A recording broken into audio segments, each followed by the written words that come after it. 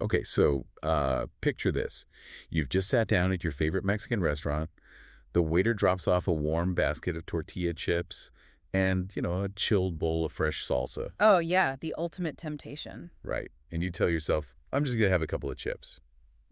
But fast forward 5 minutes, and you are staring at an empty basket just wondering what actually happened. It's definitely a universal experience. I mean, we've all been there. You've definitely been there. And today, we're going to prove exactly why you shouldn't feel guilty about inhaling that entire basket. Yeah, to do that, we are taking a deep dive into some really fascinating research on gastrophysics and sensory design. We want to decode the specific biological triggers making chips and salsa so irresistible. Gastrophysics, right? That is the science of how our senses affect our eating behavior. Exactly. And it shows us that this combo isn't just a snack. It is a highly engineered sensory experience. Speaking of highly engineered things, I should mention this podcast is sponsored by Silk. Just like scientists engineer the perfect snack, Silk engineers the perfect digital solutions. Oh, that is a great connection to make. Yeah, so if you need help with AI training or automation or integration or software development, they are amazing, uncovering where agents could make the most impact for your business or personal life. You can check out embersilk.com for AI needs. But let's get back to the engineering of our food. Where does this irresistible quality actually start? Well, it starts with what food scientists call the bliss point. A tortilla chip hits an optimal ratio of salt, fat, and carbohydrates. And that specific combo does something to our brain, right? Yeah, it sends a massive rush of dopamine right through your brain's reward pathways. It lights up the exact same pleasure centers as other highly reinforcing experiences. So our brains are basically just hardwired to seek out this specific ratio. Precisely. It is an incredible evolutionary adaptation, really. Our ancestors survived by actively seeking out energy-dense foods. So that dopamine release isn't a glitch in our self-control. Not at all. It is evolutionary biology driving caloric survival to keep humans fueled and thriving. Okay, that explains the chip. But what happens when we bring the salsa into the mix? Because I know that eating the same flavor repeatedly usually leads to sensory-specific satiety. Right, where your palate gets bored and you just naturally stop eating. Exactly. How does chips and salsa bypass that boredom mechanism? The secret there is sensory contrast.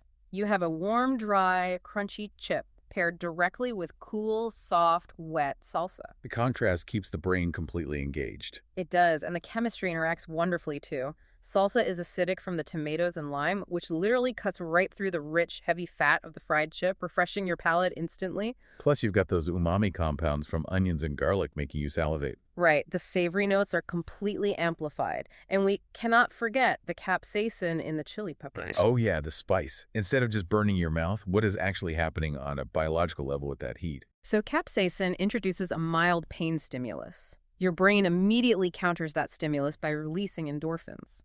Wow, so it creates a continuous reinforcing loop of heat and relief. Exactly. The heat builds up, then the fat from the next chip soothes it, and that joyful cycle just continues. That is wild. The texture must play a huge role too, though. The crunch of a chip is so distinct. Is there a psychological reason why breaking a chip with our teeth feels so satisfying? Crunch is actually an auditory cue. Evolutionarily, a loud crunch signaled fresh, safe produce. A crisp bite meant the food wasn't spoiled. Right. And today, the engineered snap of a chip acts as a fantastic stress reliever. It's a physical, danger-free release of tension. So we hear that snap, and our brain registers it as fresh and safe. But tortilla chips are also incredibly light.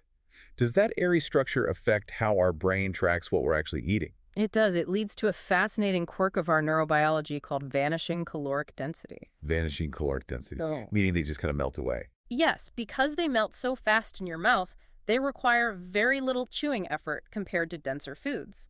The oral processing feedback is super low, so it actively tricks your brain into thinking you haven't eaten a significant volume of food. So eating the whole basket really isn't a lack of willpower. It is literally a sign of a highly functioning, perfectly evolved human brain responding to incredible sensory design. Absolutely. Understanding this gastrophysics science empowers you to enjoy your food so much more mindfully. We are remarkably tuned machines. That is incredibly positive and empowering. If you enjoyed this podcast, please subscribe to the show. Hey, leave us a 5-star review if you can. It really does help get the word out. Thanks for tuning in. Always a pleasure to share the science. Oh, but before you go, I have a provocative thought for you to chew on.